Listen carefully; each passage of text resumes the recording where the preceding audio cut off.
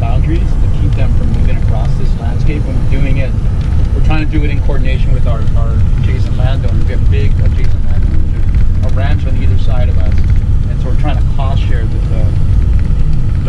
basically, it's not even retrofitting, it's replacing these short 47-inch fences with 6-foot or higher deer fence, and that's incredibly expensive. It's about $35 a linear foot. We have miles of that kind of fence in place.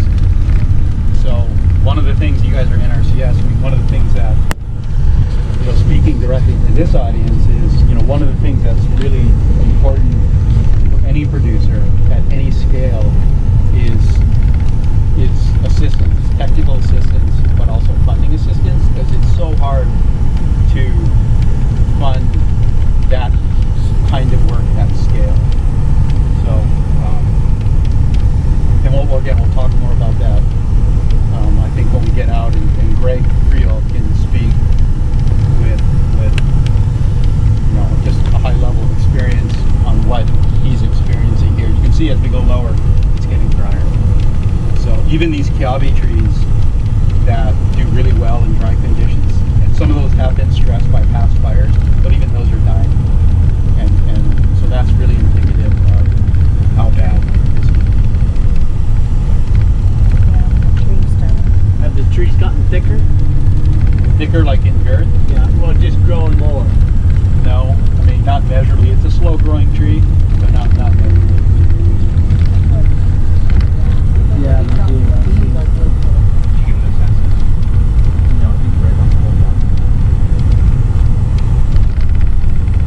How's it been on Maui? Pretty nice, huh? Yes. Interesting place to be. And you got what folks from what? You guys are from the Pacific Northwest or all over?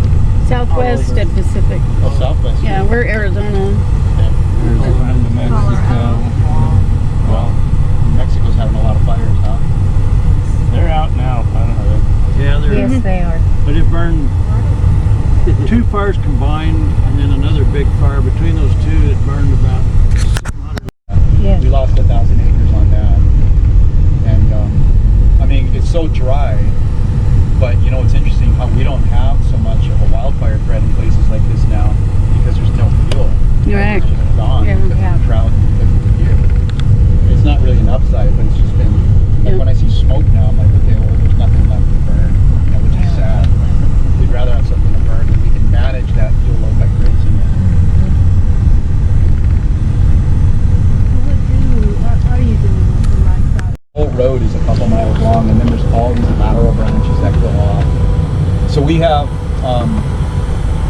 2 dedicated full-time water system staff, and so they're fully on their responsibility every Monday and Friday is to check water, but really it becomes, you know, a 50-hour-a-week job just managing. You know, you get breaks in water lines, pressure issues, and health issues, and so it's a huge part of our program. All of your lines are on top of the ground.